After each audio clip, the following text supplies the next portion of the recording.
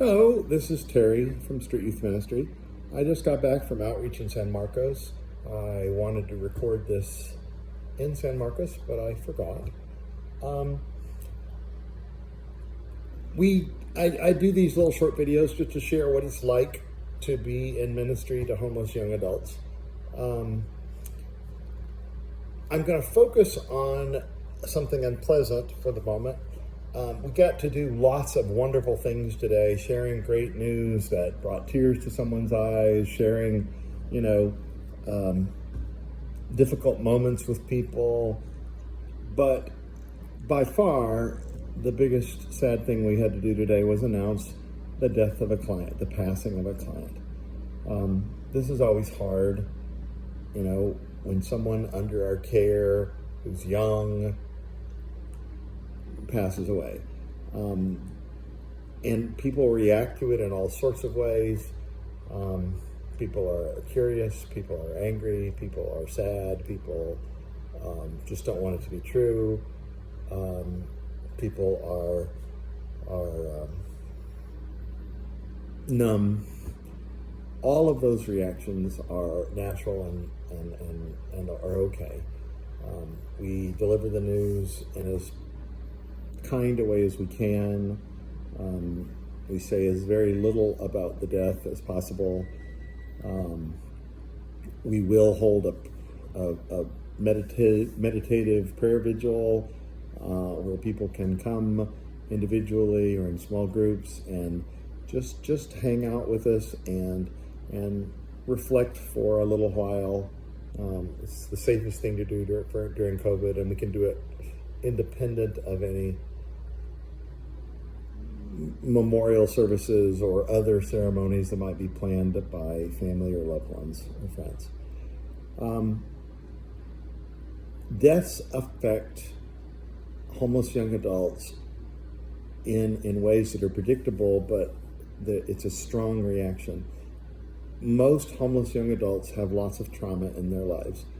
Most of them have not had proper time or space to process that trauma and have needed, in order to survive, to just stuff that trauma down. And so the death of someone often affects them in a very strong way. Particularly, actually, the ones who aren't close to the person. The people who are closest probably are in shock and numb, and we might say go through a normal grief cycle. But the ones who are a little further away or very far away, barely even know them, we notice a lot of times that they have a very strong reaction, and obviously that reaction is centered on a past loss, a past trauma that they haven't been able to grieve and process well. So part of our job is to help everyone move through that. For those who wish to place blame, we are careful to say that, God loves justice, and you're right to think this is wrong for someone to die at a young age and this in whatever way someone has passed away. But usually the people who are so passionate about justice being served are not going to be God's chosen instrument for the justice. God does move, he never forgets, but you are probably not going to be the instrument of God's justice in this case. So, don't seek justice personally. That's playing God and maybe not a good idea. Some people are numb, and we encourage them to think of things that they loved about the person, loved about knowing the person, heard about the person. Look for those cheery moments.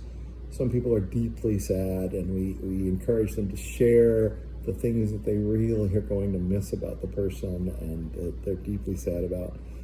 But no matter who they are, we encourage them, and no matter who they've lost, we encourage them to think about what that person meant to them and what they still carry with them despite the loss. We encounter people throughout our whole lives, and we take a little part of them forward with us, even after we have departed from them, whether they moved across the country or just lost touch with them, or whether they've passed away. We carry parts of people's influence with us forward. So that's just something to think about, and part of our job. We get to do wonderful, exciting, cheerful things, and we have to do hard, deep, moving things. But it's all part of the calling, and we are privileged to walk alongside homeless young adults and witness a part of their life. Bye.